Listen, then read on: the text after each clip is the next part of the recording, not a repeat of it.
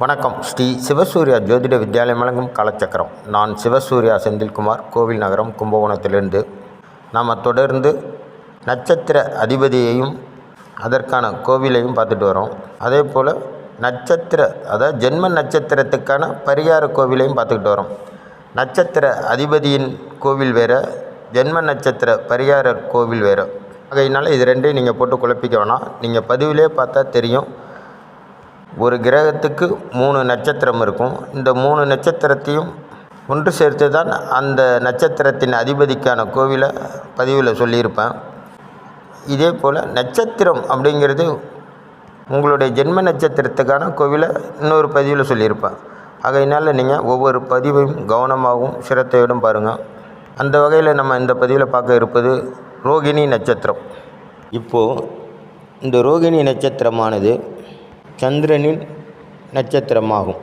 அப்போது சந்திரனுடைய 3 நட்சத்திரங்கள் என்னன்னு பார்ப்போம். ரோகிணி, ஹஸ்தம், திருவோணம்.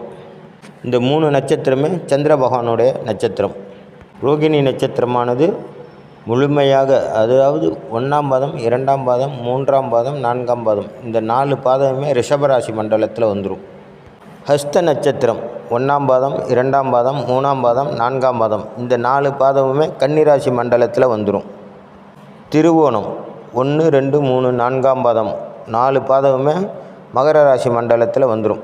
பாருங்கள், சந்திர பகவான் தாயை குறிக்கக்கூடிய கிரகம். இந்த நட்சத்திரத்தை பார்த்திங்கன்னா எங்கே அமர்ந்திருக்குன்னு பாருங்கள். ஏன்னா பெண் நட்சத்திரம் இல்லையா சந்திர பகவான், அதாவது தாயை குறிக்கக்கூடிய கிரகம் இல்லையா. அவருடைய நட்சத்திரங்கள் அமர்ந்த வீட்டை நீங்கள் நல்லா கவனிச்சிங்கன்னா பெண் ராசியில் தான் அமரும். அவருடைய நட்சத்திரங்கள் எல்லாமே பாருங்கள். முதல் நட்சத்திரமான ரோகிணி நட்சத்திரம் ரிஷபராசி மண்டலத்தில் அமையும். இந்த ரிஷபராசி மண்டலம் அப்படின்னு பார்த்திங்கன்னா அது பெண் ராசியாக கருதப்படுது. ஜோதிட ரீதியாக அது பெண் ராசி. அதனுடைய அதிபதி சுக்கிரன், பெண்களை குறிக்கக்கூடிய கிரகம். அப்போது ரோகிணி நட்சத்திரம் முழுவதும் அந்த பெண் ராசியில் பெண்ணை குறிக்கக்கூடிய கிரகத்தில், அதாவது ராசி கட்டத்தில் அமர்ந்திருக்கும் 4 பாதமும். அடுத்து பார்த்திங்கன்னா பெண் ராசியான கன்னி ராசியில் ஹஸ்த நட்சத்திரம் 4 பாதமும் அமர்ந்திருக்கும். பொதுவாக பாருங்கள், 100க்கு 70% பெண்கள் கன்னி ராசியில் அல்லது கன்னிகா லக்கணத்தில் தான் பிறந்திருப்பாங்க. அடுத்து பார்த்திங்கன்னா திருவோணம் 1, 2, 3, 4 பாதமும் மகர ராசி மண்டலத்தை தான் இருக்கும். அதாவது இந்த மகர ராசி அப்படிங்கிறது பெண் ராசி மண்டலம். அப்போது அந்த மகர ராசியில் இந்த திருவோணம் 4 பாதமும் இருக்கும். இப்போது ரோகிணி, ஹஸ்தம், திருவோணம் இந்த 3 நட்சத்திரத்தின் அதிபதி யாருன்னு பார்த்தா சந்திர பகவான். இந்த 3 நட்சத்திரத்தில் நீங்கள் பிறந்திருந்தால், அதாவது உங்களுடைய ஜென்ம நட்சத்திரம் ரோகிணியாகவோ அல்லது ஹஸ்தமாகவோ அல்லது திருவோணமாகவோ இருந்தால் நீங்கள் உங்களுடைய வாழ்நாளில் ஒரு முறைனாலும் இந்த கோயிலுக்கு போயிட்டு வாங்க. ஏன் அப்படின்னு பார்த்தீங்கன்னா, இந்த நட்சத்திரத்தை ஆளக்கூடியவர் சந்திர பகவான். இந்த நட்சத்திரத்தில், அதாவது சந்திர பகவானின் நட்சத்திரமான ரோகிணி, ஹஸ்தம், திருவோணம் நட்சத்திரத்தில் நீங்கள் பிறந்திருந்தால் உங்களுக்கும் சந்திரனுக்கும் கண்டிப்பாக ஒரு தொடர்பு இருக்கும். உங்கள் ஜாதகத்தில் சந்திர பகவான் வலுவாக இருந்தால் உங்கள் மனநிலை சீராகவும் சந்தோஷமாகவும் இருக்கும். அதே போல் நீங்கள் நல்ல அழகானவராகவும் பிறரை வசீகரிக்கக்கூடிய வசீகர தோற்றமுடையவராகவும் இருப்பீங்க. சந்திர பகவான் பலம் இழக்கும்போது இதுக்கு எதிர் ஆப்போசிட்டான விஷயங்கள் நடக்கும். அதாவது ஒரு மனநிலையில் ஒரு தேக்கம் அல்லது எதையோ பறிகொடுத்த மாதிரி எப்போதும் ஒரு சிந்தனை, முகத்தில் தேஜஸ் இல்லாத ஒரு சூழ்நிலை, சந்தோஷம் இல்லாத மனநிலை, அடிக்கடி உடலும் மனதும் சோர்ந்து போகுதல், இந்த மாதிரி பிரச்சனையெல்லாம் ஏற்படும்.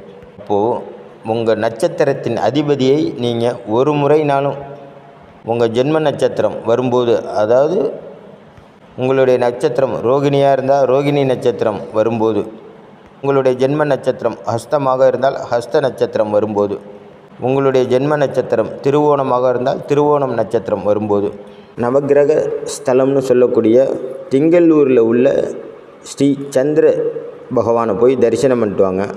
அந்த கோவிலில் சந்திர பகவான் தவம் இருந்து தன்னுடைய சாபத்தை போக்கியதாக வரலாறு. அங்கு உள்ள கைலாசநாதர் உங்களுக்கும் உங்கள் மனதுக்கும் உங்கள் உடலுக்கும் ஏற்பட்டுள்ள, அதாவது இந்த ஜென்ம நட்சத்திரத்தினால் அந்த ஜென்ம நட்சத்திரத்தின் அதிபதியினால் ஏற்படக்கூடிய துன்பங்களையும் துயரங்களையும் துடைத்தெறிவார் அங்குள்ள கைலாசநாதர்.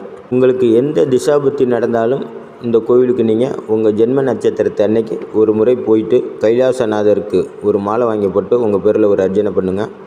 அம்பாளுக்கும் ஒரு மாலையை போட்டு உங்கள் பேரில் அர்ச்சனை பண்ணுங்கள். அங்கே உள்ள சந்திர பகவானுக்கு உங்கள் பேரில் ஒரு அர்ச்சனை பண்ணி ஒரு மாலை வாங்கி போடுங்க. மாலை வாங்கி போட்டு வெள்ளை வஸ்திரம் வாங்கி கொடுத்து உங்கள் பேரில் ஒரு அர்ச்சனை பண்ணிக்கோங்க. நம்ம தொடர்ந்து சொல்கிறது தான், உங்களால் முடிந்த அன்னதானத்தை செஞ்சுட்டு வாங்க. அங்கே உள்ள தீர்த்தத்தில் அவசியம் நீராடுங்க.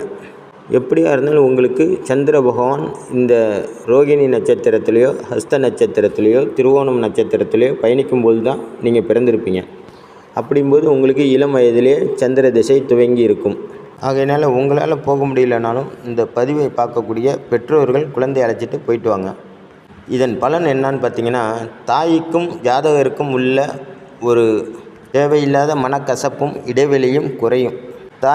ஜாதகரால் தாய்க்கு ஏற்படக்கூடிய பிரச்சனைகள் குறையும். உங்கள் வாழ்க்கையில் ஒரு முறையாச்சும் போயிட்டு வாங்க, கண்டிப்பாக உங்களுக்கு நற்பலன்கள் நடக்கும். நீங்கள் இது வரைக்கும் நம்ம சேனலை சப்ஸ்கிரைப் பண்ணாமல் பார்த்தீங்கன்னா தயவுசெய்து சப்ஸ்கிரைப் பண்ணி பாருங்கள். அது என்னோடய சேனலை சப்போர்ட் பண்ணுற மாதிரி இருக்கும். இந்த பதிவு உங்களுக்கு பிடிச்சிருந்தால் மற்றவங்களுக்கு ஷேர் பண்ணுங்கள். நன்றி, வணக்கம். நல்லதே நடக்கும். வாழ்க வளமுடன்.